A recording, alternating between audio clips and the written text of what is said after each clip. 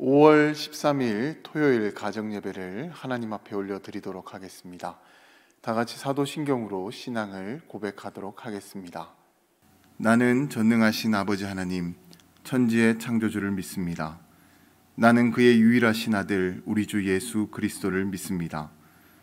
그는 성령으로 잉태되어 동정녀 마리아에게서 나시고 본디오 빌라도에게 고난을 받아 십자가에 못 박혀 죽으시고 장사된 지 사흘 만에 죽은 자 가운데서 다시 살아나셨으며 하늘에 오르시어 전능하신 아버지 하나님 우편에 앉아 계시다가 거기로부터 살아있는 자와 죽은 자를 심판하러 오십니다.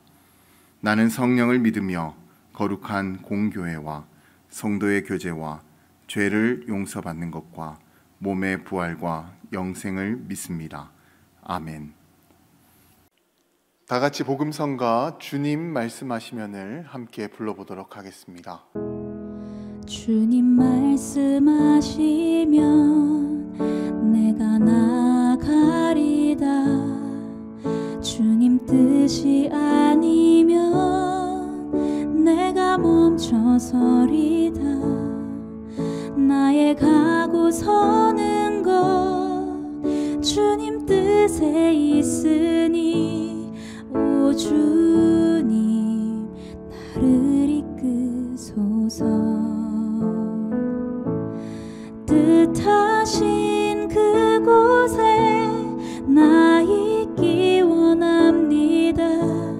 이끄시는 대로 순종하며 살리니 연약한 내 영혼 통하여 일하소서.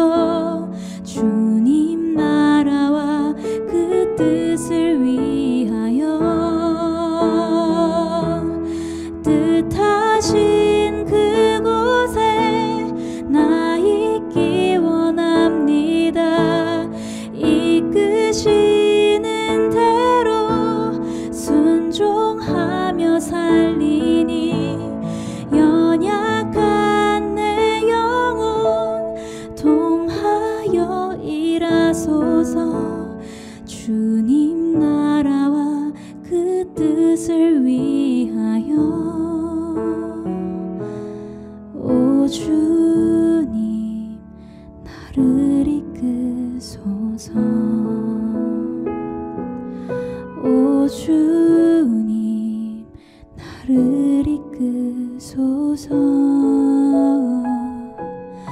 오 주님 나를 이끄소서.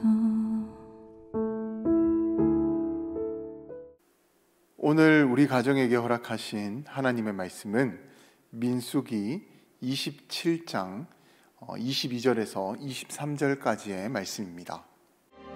모세가 여호와께서 자기에게 명령하신 대로 하여 여호수아를 데려다가 제사장 엘르아살과 온 회중 앞에 세우고 그에게 안수하여 위탁하되 여호와께서 모세에게 명령하신 대로 하였더라. 육상의 계주에서 가장 중요한 순간은 힘차게 달리는 그 순간이 아니라 먼저 달리고 있던 사람이 또 이어 달릴 사람에게 바통을 넘겨주는 그 순간이 제일 중요한 순간입니다. 그런데 계주의 규칙을 보게 되면 이 들고 있던 바통을 아무 곳에서나 전달을 하는 것이 아니라 일정한 공간, 정해진 그 공간 안에서만 이 바통을 주고 받아야만 합니다. 그래서 그 구간 이전에 바통을 넘기거나 아니면 그 구간이 지나버렸는데 이 바통을 넘기게 되면 반칙이 선언이 되는 것이죠. 그렇게 육상 선수들은 그 구간에서 이 바통을 주고받도록 연습을 하는 것입니다. 오늘 본문을 보게 되면 너무나도 훌륭했던 지도자 모세가 자신의 후임자인 여호수아에게 지도자의 자리를 넘겨주는 그 내용이 나오고 있는 걸 볼 수가 있습니다. 그런데 인간적으로 생각을 해봤을 때 모세가 조금 더 이스라엘 백성들을 이끌어줬으면 좋겠다라는 그런 생각이 들 수도 있을 겁니다.